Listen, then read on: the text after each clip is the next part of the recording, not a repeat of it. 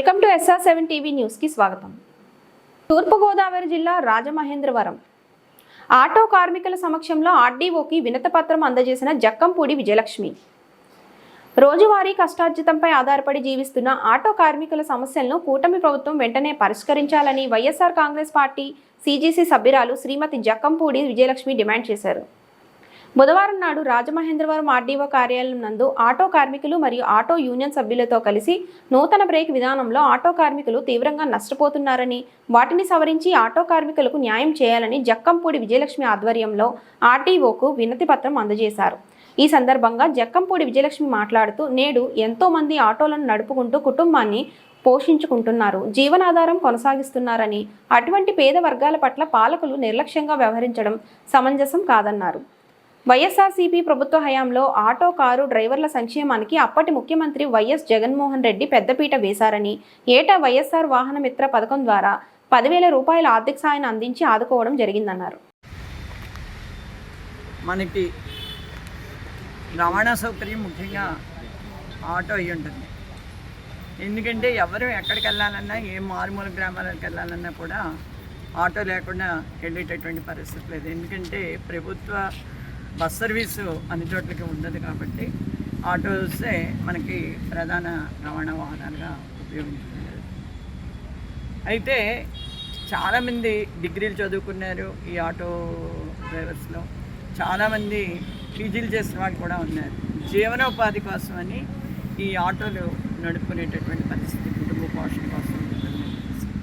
గత ప్రభుత్వంలో ఆటో వారు ఓ రిప్రజెంటేషన్ చేసినప్పుడు రకరకాలుగా ఇబ్బందులు పడుతున్నాం అన్నప్పుడు సంవత్సరానికి ఒక 10,000 రూపాయలు ఇచ్చేటట్టు ఆ రోజున ప్రభుత్వం ముందుకు రావడం జరిగింది. అయితే ఈ రోజున ప్రభుత్వం ఆటో వారికి ఏ రకమైనటువంటి సహాయ సహకారాలు లేవు సరికదా.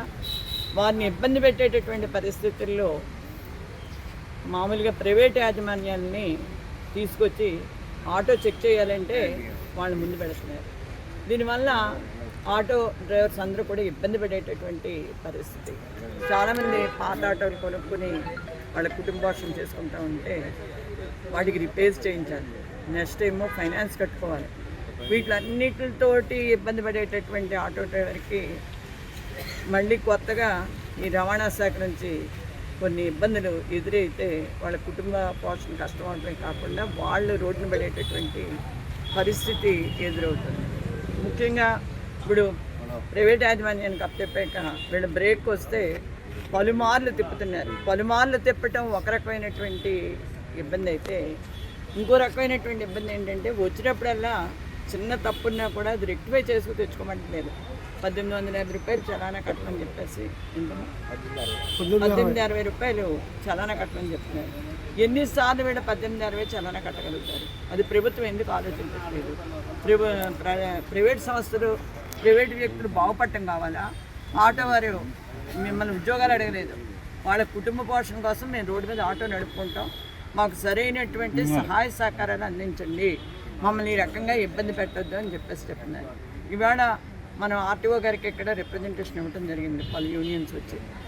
తర్వాత కార్యక్రమం ఏంటంటే, మీరు ఇమ్మీడియట్గా దీని మీద యాక్షన్ తీసుకోకపోతే దశల వారీగా మేము ఉద్యమాన్ని నిర్వహించడానికి సన్నద్ధమవుతున్నాం. ప్రైవేటు వ్యక్తుల్లో చేతిలో ఈ వర్కర్స్ యొక్క భౌతవ్యం నలిగిపోవడానికి వీలు లేదు అని చెప్పేసి హెచ్చరిస్తున్నాం.